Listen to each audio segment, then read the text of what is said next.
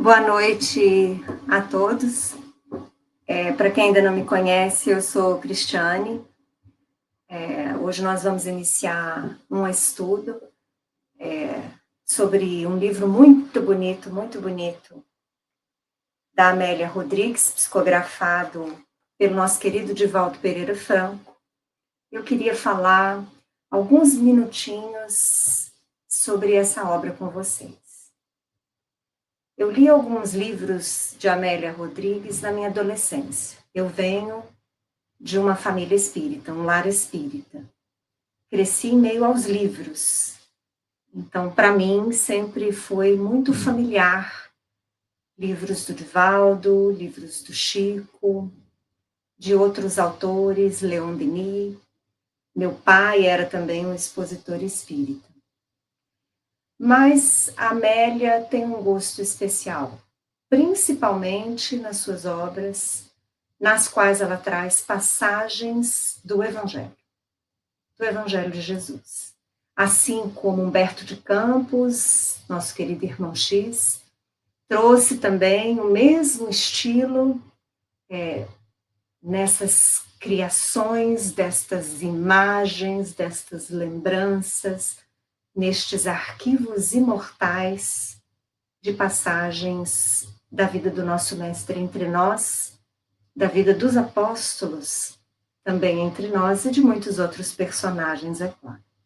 Amélia, nesse livro, Até o Fim dos Tempos, ela vai justamente dizer que ela não tem a intenção, né, de fazer uma apresentação histórica de Jesus, da vida de Jesus. Ela mesma afirma que ela vai trazer algumas passagens de alguns de seus feitos e, nas palavras dela, para atualizar o seu pensamento e incorporá-lo ao nosso dia a dia em busca de plenitude e de renovação espiritual. Eu tenho alguns estudos aqui em Varginha ao longo dos anos, né? Muitas turmas já passaram por mim. E eu costumo repetir muito para todos nós, porque aquilo que eu falo para os meus companheiros de estudo é aquilo que eu repito para mim. Que nós espíritas não temos nenhum problema com o estudo e com a leitura. Muitos de nós já viemos de passadas experiências em muitas bibliotecas. Já tivemos acesso a muitos arquivos, muitos livros de filosofia, de teologia, quiçá mesmo de magia no nosso passado hoje esquecido. Então, o nosso problema não é o estudo. Hoje, em pleno século XXI, o convite maior para todos nós, que somos os estudantes de sempre, aqueles afins à literatura espírita na presente vida. O grande convite para nós hoje é justamente vivenciar tudo aquilo que a gente já sabe, tudo aquilo que a gente toma conhecimento, que a gente acessa, tudo aquilo que nós guardamos nos nossos arquivos mentais. Hoje, o momento é para todos nós de transformação. Porque nós precisamos transformar tudo aquilo que pensamos, que conhecemos, entendemos, compreendemos, decoramos até mesmo, em sentimento. E nesse movimento de sensibilidade, com esse movimento de sensibilidade, passar a viver, modificando-nos efetivamente.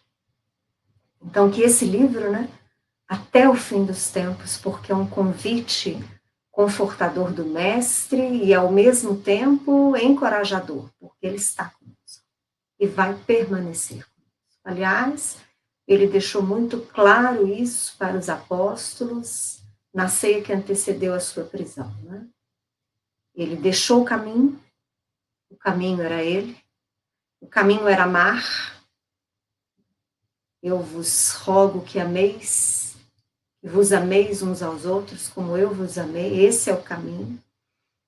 E ele permanece conosco, nos aguardando que tracemos o nosso próprio caminho. Então, parte do caminho a gente já está traçando, que é buscar o conhecimento. Mas ainda falta viver o conhecimento.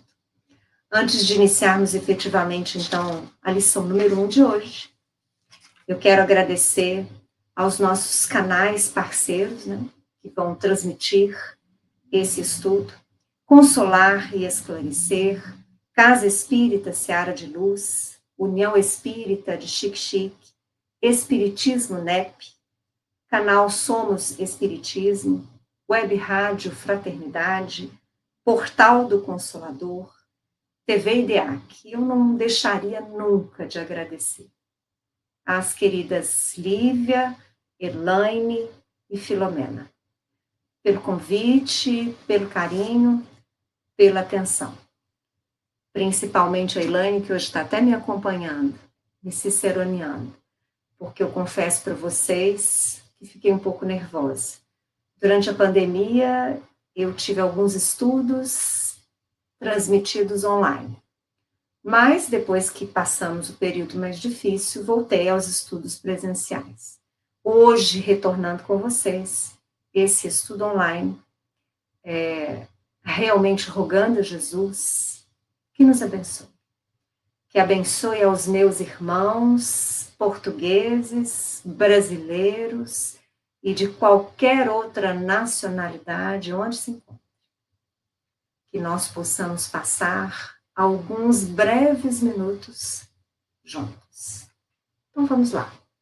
Hoje, a primeira lição que a Amélia Rodrigues vai nos trazer tem como título Renascimentos Libertadores. E a Amélia, como muitos devem saber, é uma poetisa. Boa noite, Jaqueline. Seja bem-vinda. Amélia Rodrigues é uma poetisa. Boa noite, Lívia. Que bom ter você aqui. Acabei de fazer um agradecimento para você. Com todo o meu carinho, muito obrigada. Quem? Adriana Helena. Adri, estou me sentindo abraçada. Adri, que é igual um beija-flor. Onde ela vai, ela nos faz sorrir.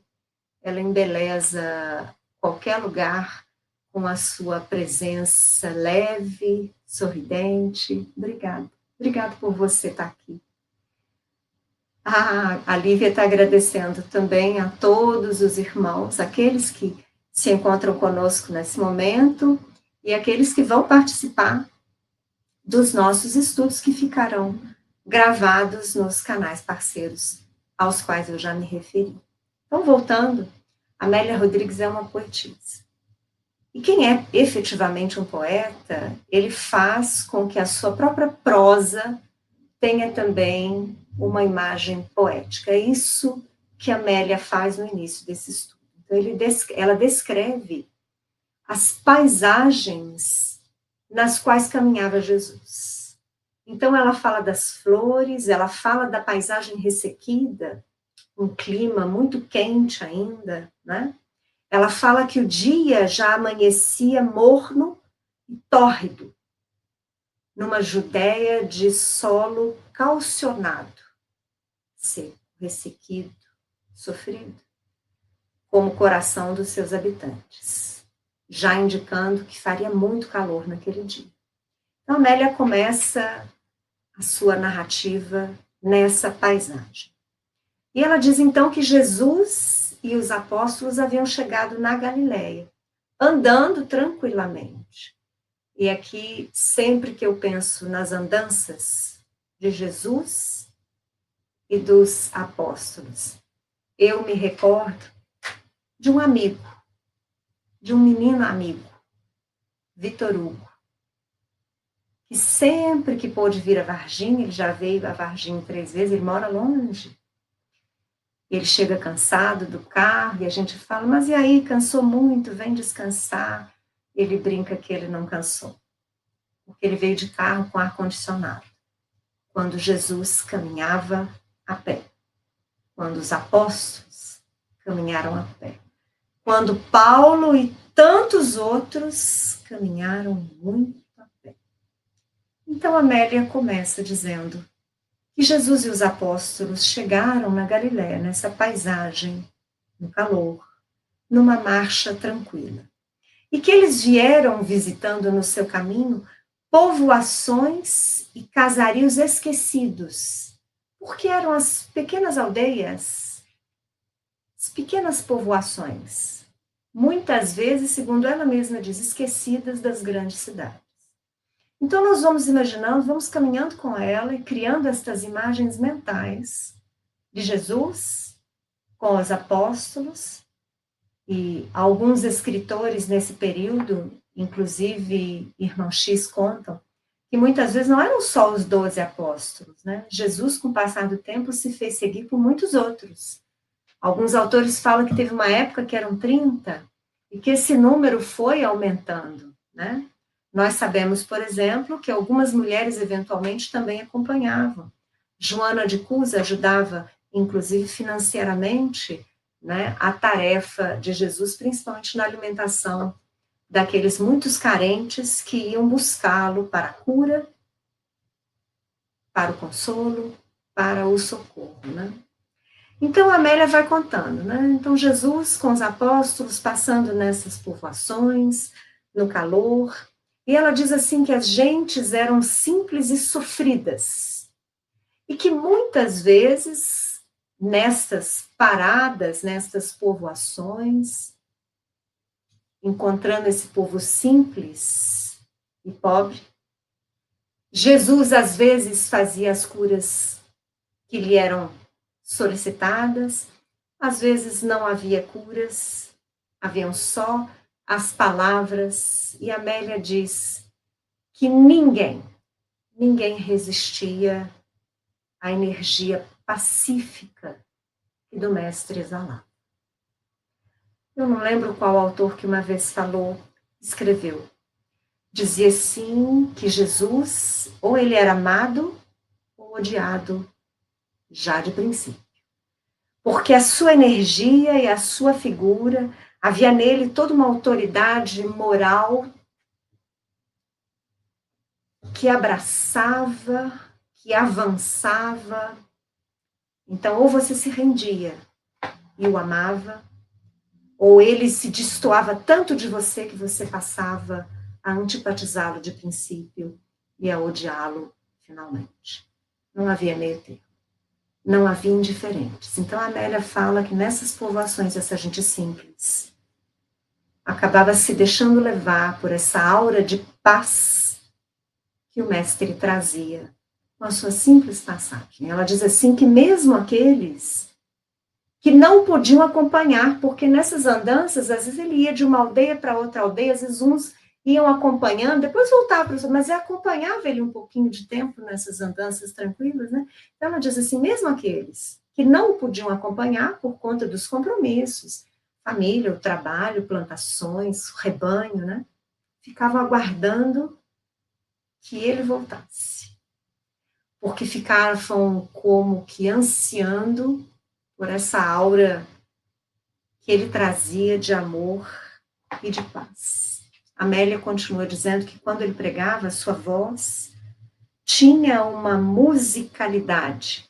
E aí é preciso que nós relembremos que muitos autores espirituais vão dizer desse toque especialíssimo e extraordinário que às vezes Jesus falava para multidões e a sua voz era ouvida no ponto mais distante.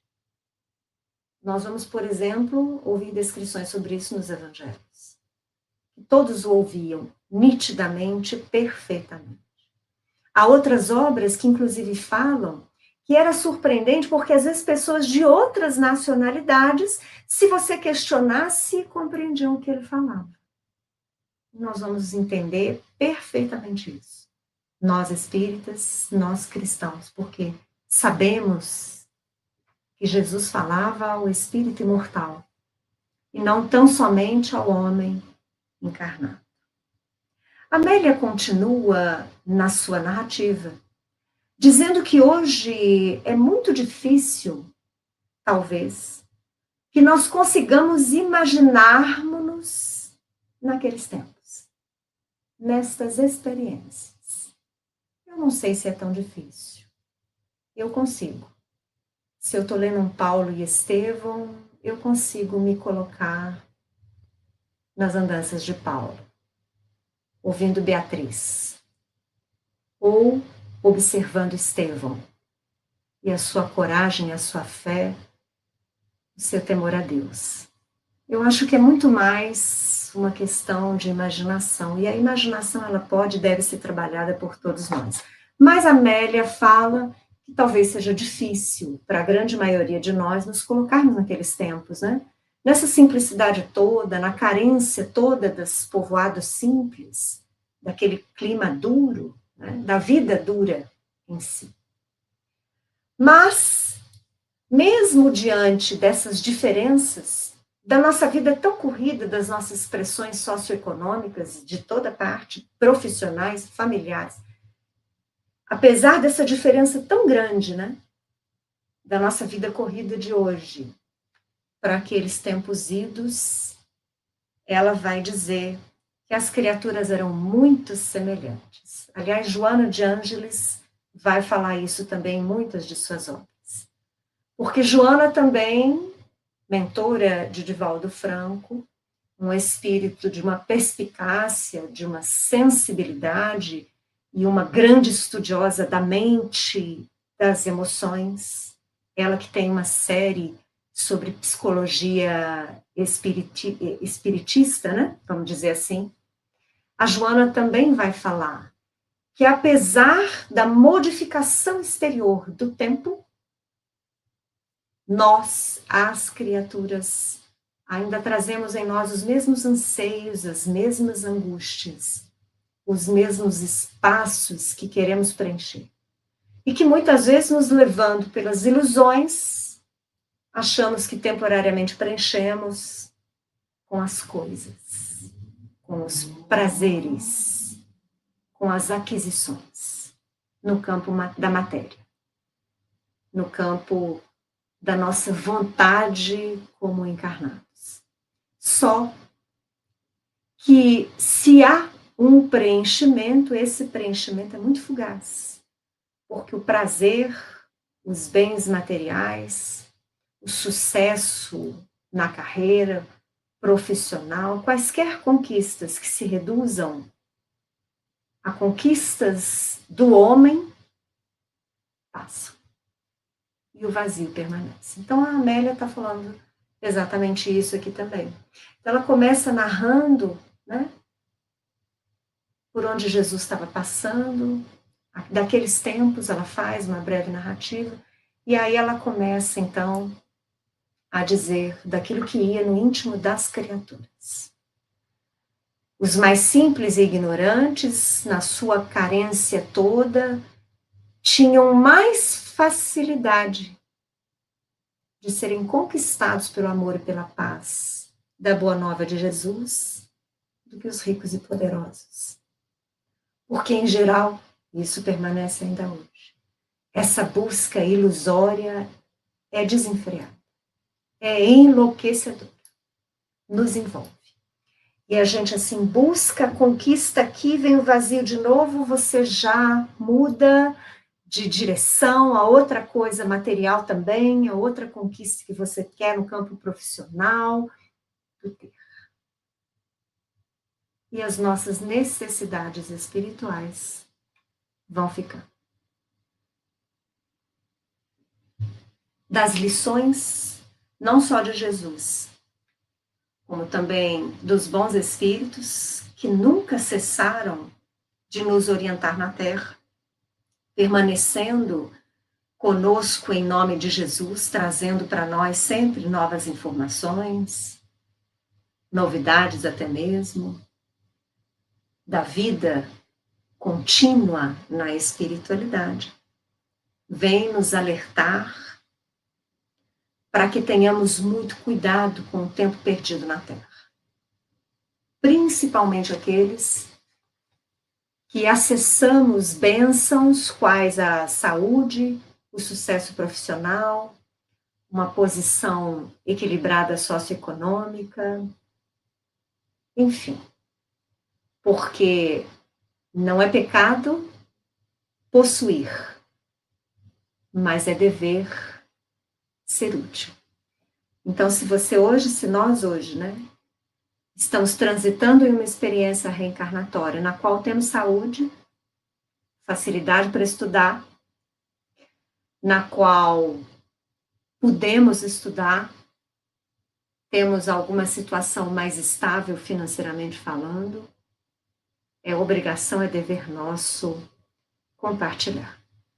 Porque nós estamos aqui para fazermos o bem, segundo a opinião de Emmanuel, através do Chico, para sermos úteis. Você pode ser aquilo que a vida te levou a ser. Mas como espírito imortal, você é responsável por absolutamente tudo do qual você se utiliza, aquilo que você conquista, para que se faça o bem. Amélia continua. Ela diz assim que aqueles que conquistavam muito, os poderosos e os ricos, sentiam-se relativamente felizes. Mas, como eles não tinham uma visão profunda da vida, valores éticos morais praticamente nulos, logo vinha a frustração. E não raro, a violência, a promiscuidade moral, porque eram vitórias mentirosas. E a carência do espírito imortal permanecia. E aí ela diz assim, a esperança de um libertador pairava em todas as pessoas de Israel. Então ela começa uma nova abordagem. Porque ela vai dizer daquele Messias que, via de regra, os judeus esperavam. Muitas interpretações. A esperança era generalizada, mas para a grande maioria ele seria um libertador do povo israelense do jugo romano, né, que dominava já há algum tempo Israel. E eu achei muito interessante, porque ela diz assim, que não obstante essa esperança, né, de um libertador, a intenção efetiva de Israel era tornar-se uma nação escravizadora, em revanche contra todos aqueles povos que a afligiam. Ou seja, a intenção efetiva dos judeus não era libertar-se para ser efetivamente bom, era para serem superiores, dominadores. Por isso que Jesus foi muito difícil ser compreendido entre seu povo. Alguns o buscavam porque queriam a saúde do corpo físico, e ele fazia curas. Outros o seguiam porque achavam que ele ainda viria a se tornar o grande libertador de Israel, neste sentido de domínio e de vencer todos os outros povos. E Jesus, essa não era a sua missão. Jesus tinha outra missão. Segundo Amélia, a missão de Jesus era libertar o indivíduo de si mesmo, da inferioridade que lhe predomina no caráter e nos sentimentos. Aliás, Paulo, em algumas das suas cartas, vai falar belamente sobre isso. Paulo vai dizer assim, que a lei, ele se referia à lei judaica, a lei teve o seu momento, a sua necessidade. E que bom que eles a puderam observar. Mas Jesus trazia um novo momento. Trazia um momento em que éramos chamados a sermos mais fraternos. Não para temermos o Pai, mas para amá-lo do fundo de nossas almas. Então Jesus não foi compreendido. Aliás, Jesus não foi compreendido por todos. foi compreendido por alguns.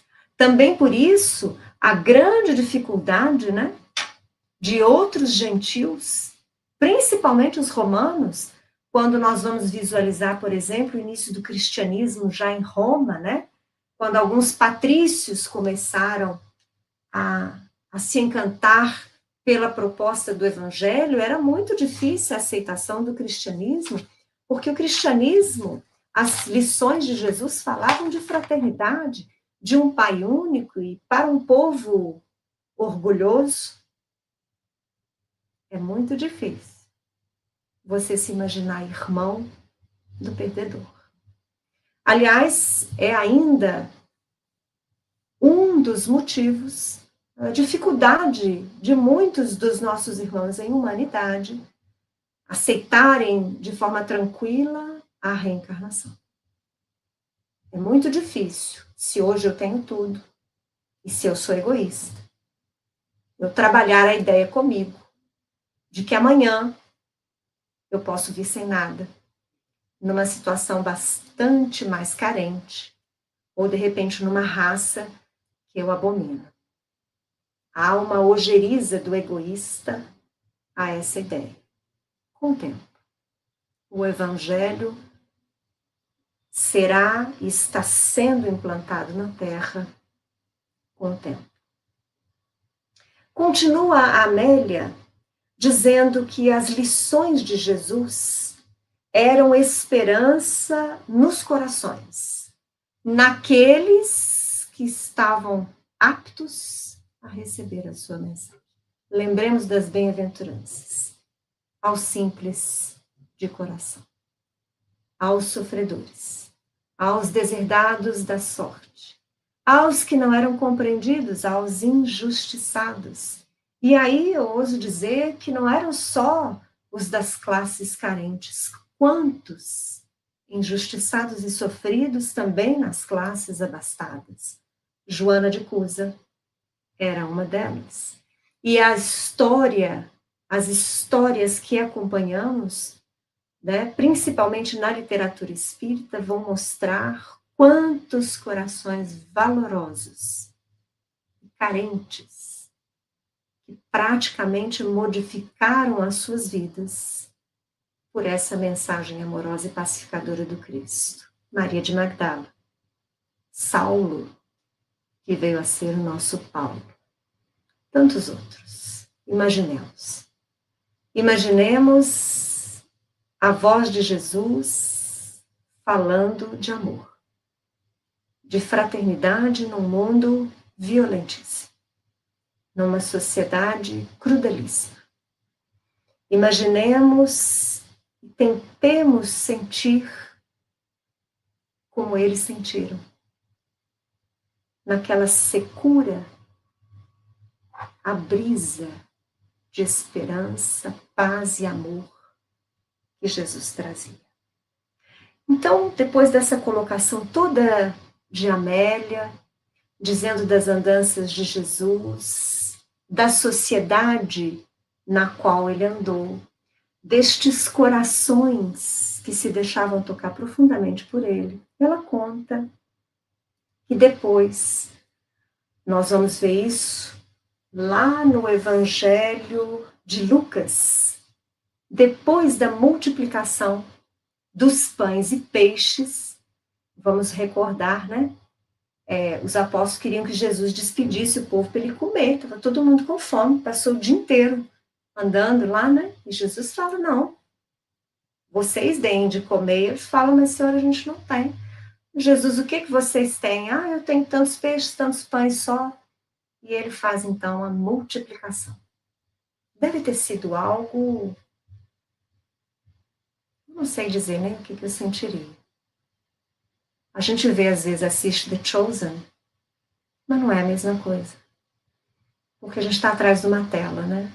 Mas imaginemos a presença e a energia de Jesus, que certamente se fazia acompanhar por uma pleiade de espíritos luminosos a lhe auxiliarem do plano espiritual. Então, após essa multiplicação dos peixes, dos pães, conta Amélia, e nós vamos ver isso narrado por Lucas, lá no capítulo 9 do Evangelho de Lucas. Jesus se dirige aos apóstolos e questiona: quem dizem as multidões que sou? E aí os apóstolos, surpresos, porque Jesus não costumava questioná-los em nada, segundo a própria Amélia nos conta, dizem assim: alguns dizem que és João Batista, outros que és Elias, e outros que és um dos antigos profetas. Percebam agora, vamos fazer uma pequena pausa, que Jesus não corrigiu isso. Eles já estavam falando da ideia que hoje nós entendemos como sendo a reencarnação. Vale a pena dizer, Kardec vai falar muito bem sobre isso lá no Evangelho segundo o Espiritismo, lá no capítulo... Peraí que eu já vejo. Eu tinha deixado marcado e sumiu.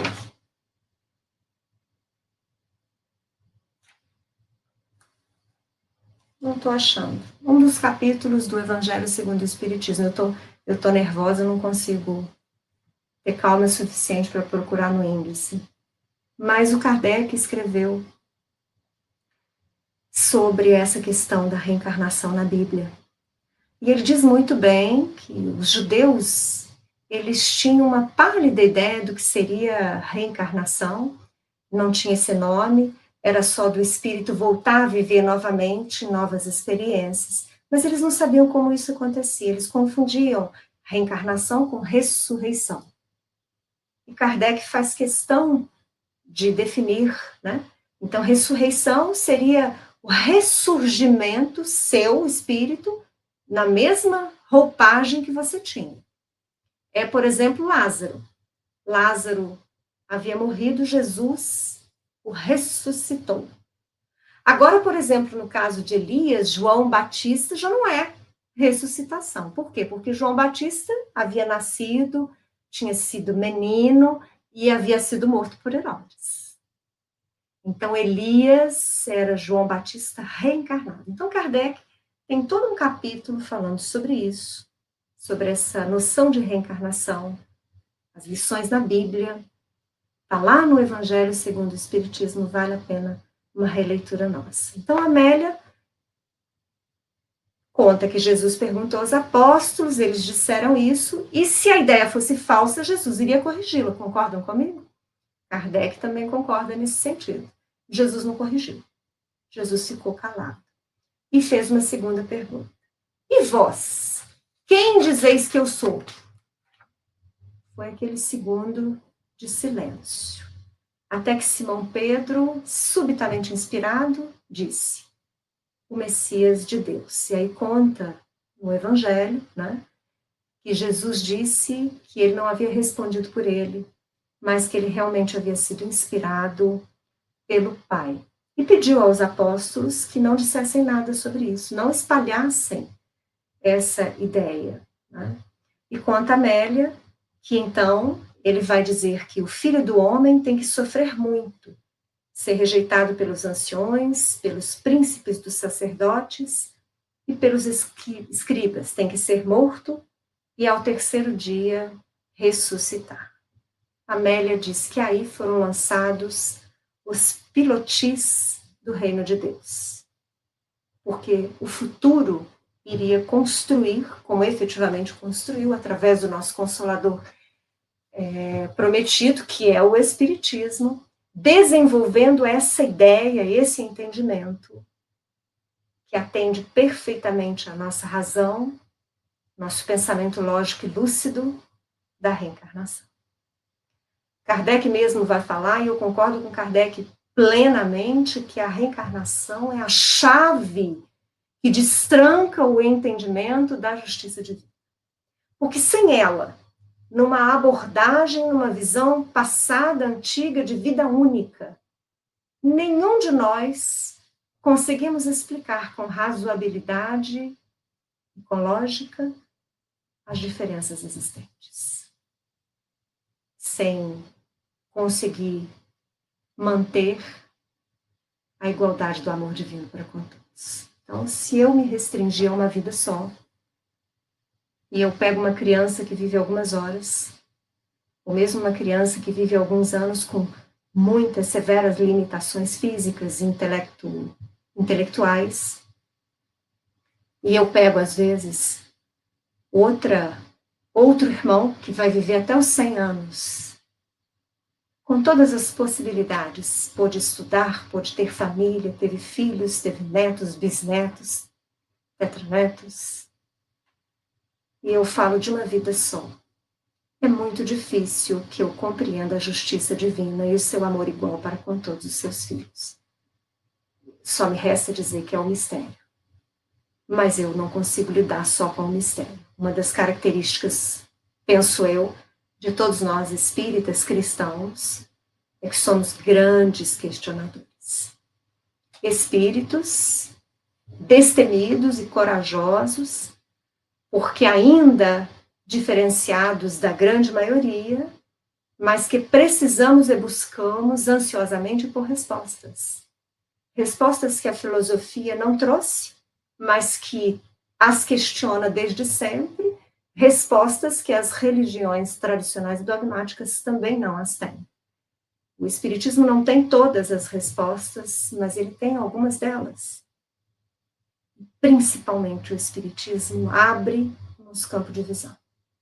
Uma das coisas mais belas em sermos espíritas é que podemos pensar. Eu costumo dizer assim nos grupos de estudo, é que podemos ler. Ler tudo, porque não existem obras proibidas. Não para nós. Porque nós somos chamados a estudar e a analisar tudo que acessamos no campo das palestras, dos estudos, das motivações, dos livros, tudo. Todo espírito é convidado a estudar, a analisar, formatar-se, decidir-se pelo que é certo, pelo que é errado. Nada é proibido, nem tudo convém. Então, uma das coisas mais belas, a meu ver, para nós espíritas, é que se alguém chega para mim e fala assim, tal autor é péssimo, eu falo, por quê? Ele traz umas ideias muito inovadoras, nunca vi isso. Eu falei, é mesmo? Vou ler. Não, você não deve, eu vou. Eu vou ler. Eu vou pensar, vou meditar e vou guardar. Meu pai, desde a minha adolescência, isso eu vou levar, acho que pela eternidade comigo, porque meu pai é um grande companheiro de vidas. Toda vez que eu questionava alguma coisa em alguma obra, né? Pai, mas você leu isso? Isso é novo, a gente não viu isso até aqui. Kardec mesmo não falava sobre isso, e ele me ensinava que, minha filha, guarde, arquive isso do lado esquerdo do seu cérebro, continue estudando, continue vivendo, e quem sabe, dali a alguns anos, você vai reencontrar a questão e vai dizer assim, aquilo tudo era bobagem. Ou então vai dizer assim, agora eu entendi. Então, uma das grandes conquistas do pensamento espírita é a liberdade e a responsabilidade que ela traz junto. Porque se eu não tenho ninguém para me vigiar, para me proibir, eu tenho liberdade para absolutamente tudo, a responsabilidade caminha comigo, na mesma toada. Então, se eu opto por uma verdade que não é verdadeira, eu vou colher os frutos das escolhas que eu faço. Assim como se eu opto e faço boas escolhas, eu também colho segundo a bondade que eu plantei, segundo o bem que eu fiz. Não há limitações. Não personificadas, nem numa instituição, nem num único representante espírita. Aquele ao qual nos remetemos é sempre Jesus. Sempre Ele. É o Mestre. É o amor, é a fraternidade. É a bondade e o respeito para com todas as criaturas, principalmente aquelas que são diferentes de nós. Pensam diferente, vestem-se diferente, tem outra opção, aquela que seja. Nós precisamos respeitar. Cada um tem o seu tempo. Cada um tem a sua liberdade. Mas, inevitavelmente, tem a colheita obrigatória daquilo que vai plantando ao longo do seu caminho. Então, a Amélia vem falar, nesse momento, já praticamente finalizando o seu estudo, sobre justamente isso que ela chama de crença secreta dos sacerdotes, né, que se fundamentava no processo de elevação das criaturas através das existências sucessivas. É aquilo que eu comentei, que Kardec fala muito bem num capítulo específico no Evangelho segundo o Espiritismo, dizendo que eles confundiam, eles não tinham detalhes. E isso fica muito claro para nós quando nós nos recordamos da conversa de Jesus com Nicodemos. Então, Nicodemos era um doutor da lei, ele fazia parte do Sinédrio, já era um senhor, e, segundo os evangelhos e outros livros, inclusive o médium Carlos Bacelli, através da psicografia, eu não sei se é do irmão José, eu acho que é, traz um pouco da vida de Nicodemos para nós, o livro tem esse nome. Nós vamos perceber que Nicodemos era muito estudioso, ele e João de Arimateia, José de Arimateia, né? Dois senhores que faziam parte do Sinédrio e que excepcionalmente reconheceram em Jesus alguém muito, muito especial. Então, recordando, né, para a gente entender muito bem como é que era, Nicodemos diz a Jesus, procura Jesus, e Jesus diz a ele que não é possível avançar sem nascer de novo, e Nicodemos fala assim, mas como é possível um homem velho entrar de novo na barriga de sua mãe? E Jesus fala assim, mas se você não entende das coisas da matéria, como é que eu vou falar das escolhas, das coisas do Espírito, né? O Espírito renasce do Espírito, a água da água, o Espírito do Espírito. Então, quer dizer, ali, Jesus dá uma noção muito clara, e isso nós vamos encontrar lá em João, no capítulo 3, então aqueles que vocês recordem, né? Vão lá buscar depois Jesus, João, no capítulo 3, para ler esse diálogo de Nicodemos com Jesus, fica muito claro para nós o pouco entendimento que os judeus tinham acerca do que seria a ressurreição e do que seria a reencarnação. Nós vamos também ter um outro episódio muito interessante, que é o da transfiguração, que nós vamos encontrar lá em Mateus, no capítulo 17, versículo 3, quando os apóstolos vêm conversando com Jesus, Moisés e Elias. Moisés e Elias. Um pouquinho mais para frente, a partir do versículo 10, Jesus vai explicar aos apóstolos porque o questionam, porque os profetas diziam que Elias deveria vir antes do Messias, e Jesus diz, está lá no Evangelho de Mateus, que ele já havia vindo.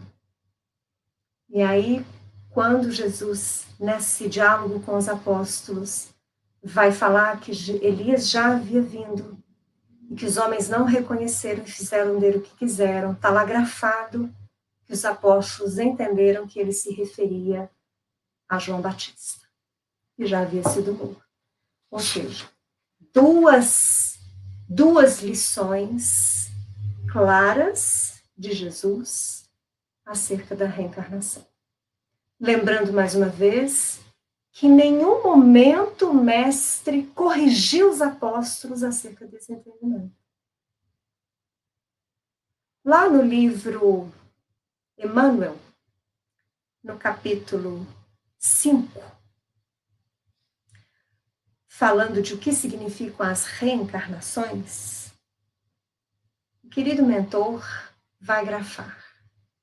Cada encarnação é como se fora um atalho nas estradas da ascensão.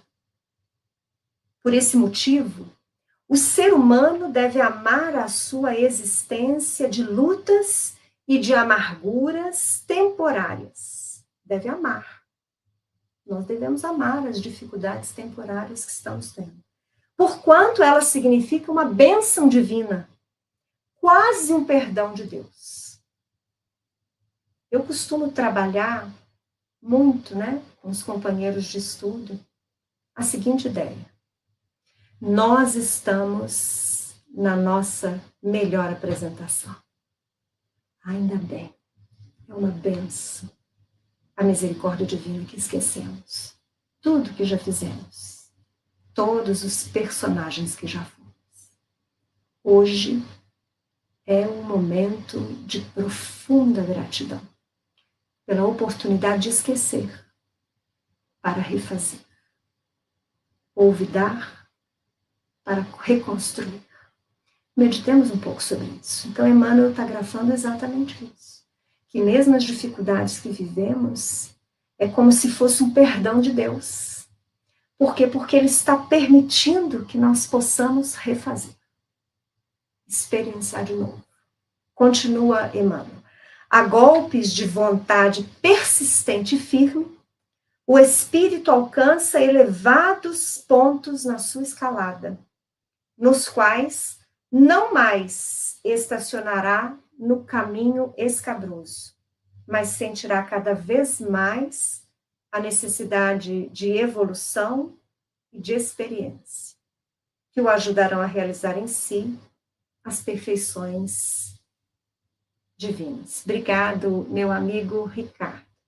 Que Jesus nos abençoe a todos, Nós que estamos aí nos arriscando, a compartilhar dos nossos estudos, das nossas meditações, das nossas loucuras, com os nossos irmãos, que também, como nós, somos buscadores, Obrigada pela palavra de carinho nesse início de estudo.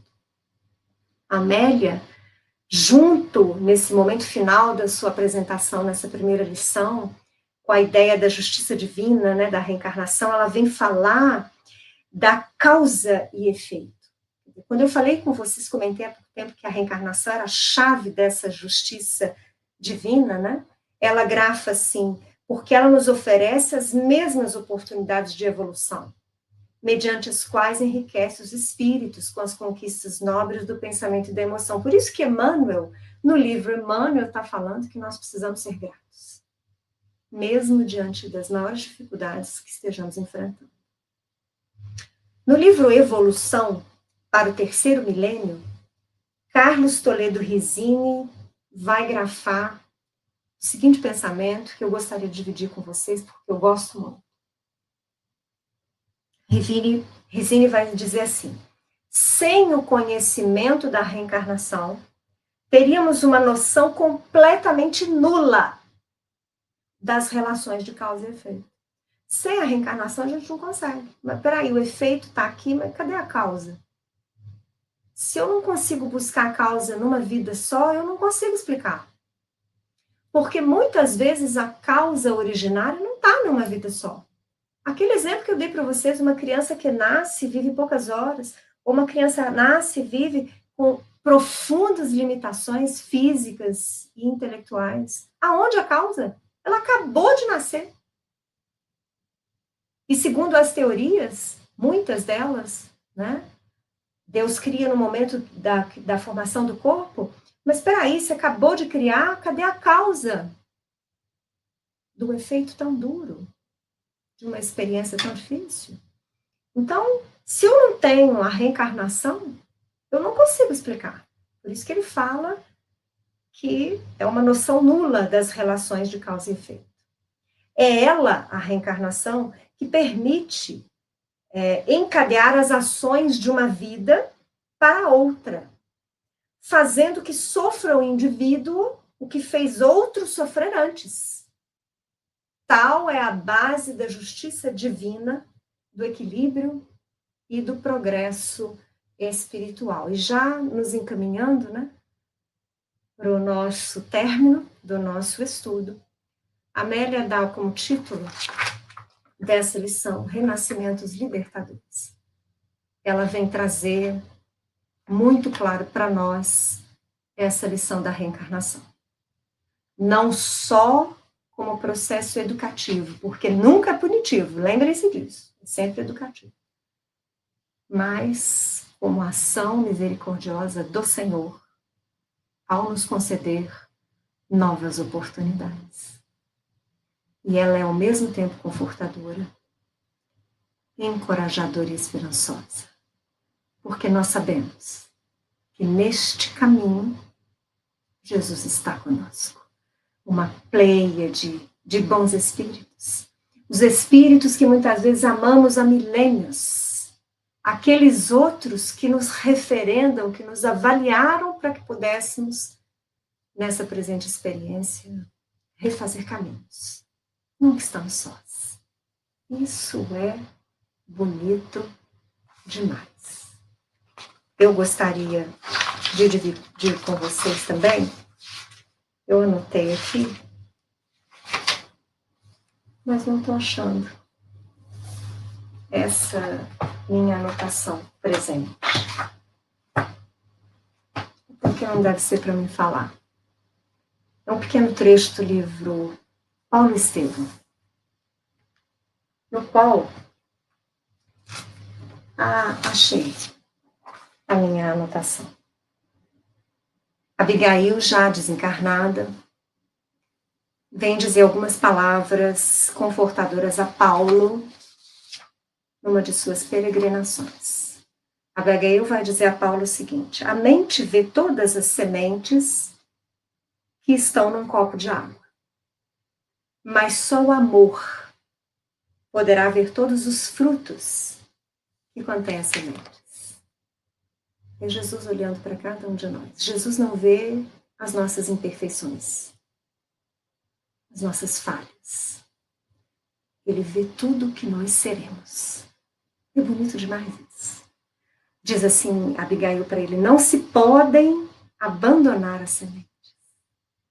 O Evangelho é uma semente. O convite amoroso do Cristo é uma semente. O renascimento é uma semente. Se o teu amor for capaz de receber as sementes, trabalha para que elas frutifiquem, diz Abigail a Paulo. E aí ela tem uma lição que nós vamos encontrar nesse livro, que ela diz a Paulo que ele deve amar, trabalhar, perdoar e esperar.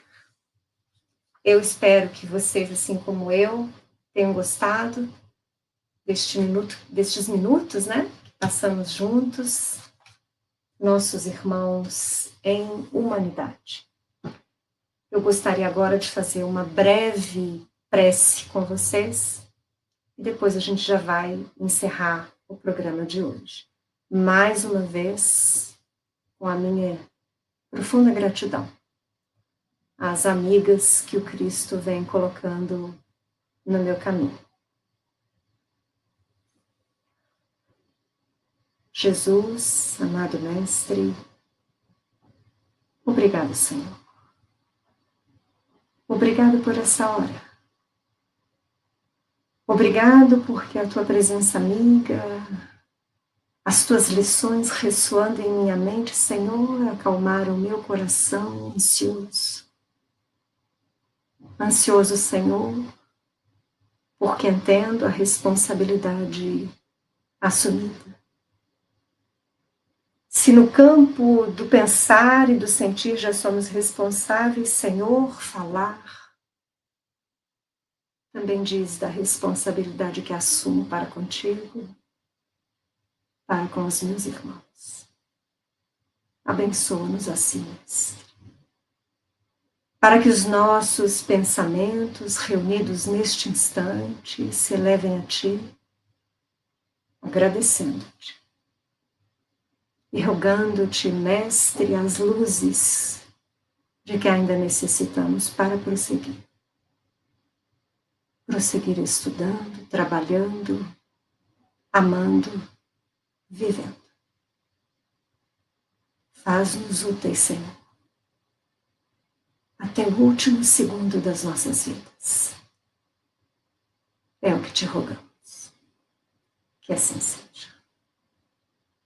Muito obrigado a todos.